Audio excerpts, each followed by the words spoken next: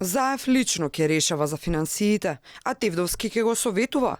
Лекар ќе ја води културата, а еден од најозлогласените министри Садула Дураку не е сметен, туку награден со нов ресор – Министерство за политички систем.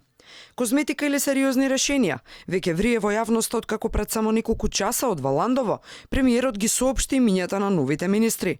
Најмногу прашина се крена за ресорот финансии, од каде Тевдовски си оди, но доаѓа лично премиерот.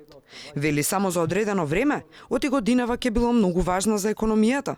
Не му кажа збогум на Тевдовски, оти министерот сега ќе му станал личен советник. Секако, јас и досега работев со министерот Тевдовски, ги знам сите постапки и проекции. Летото нема да се случуваат некои драматични работи околу ребаланс или слично, веројатно есента. Она кое што е важно, 1 јули да почне проектот на повраток на ДДВ и гледам сите оние што кубат коси да престанат со тоа, заради тоа што изморена нашата земја, никогаш не се враќало пари. Сега дали некој ќе добиел 12.000, 15, 29, 30 илјади денари или слично, дебатата ја отварат, еден дел мрачатори јас ги нарекувам во општеството. Дали Заев не најде соодветна замена за вака клучно министерство, па сега покрај владата ќе го води и финансии.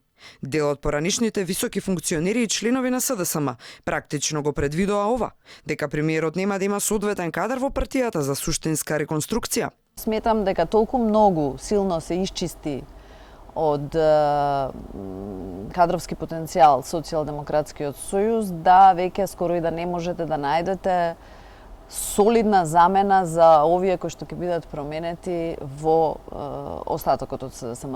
Дека партиски кадар недостасува покажува и решението за нов министер за земјоделие, Трајан Димковски, човек кој доаѓа од невладиниот сектор, а во моментот ја врши функцијата шеф на кабинет на министерот.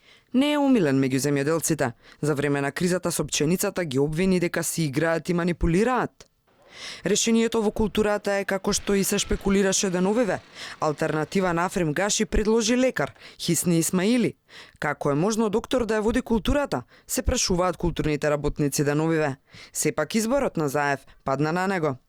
Председателот на ЛДП и пратеник, Горан Милевски, ќе шефува со ресорот локална самоуправа.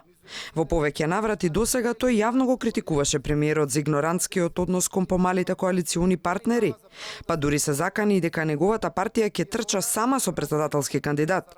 Но тоа не се случи, а Милевски е новиот министер за локална самоуправа. На ова реагира партијата што го држеше овој ресор, Национална демократска преродба. Се заканиот и Заев им го зел министерството без да ги праша.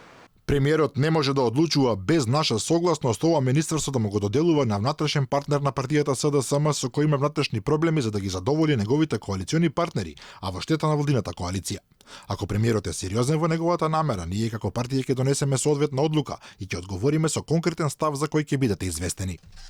Садула Дураку, најпопуларниот во владата по негативни поени, само се сели од животна средина во новото министерство, што се направи наместо секретаријатот за спроведување на рамковниот договор.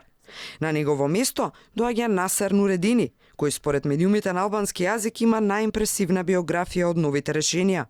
Се школувал на Универзитетот Брајтон во Англија, а 5 години бил подпредседател на позната банка во Лондон. Како банкар ќе води животна средина? Останува да видиме.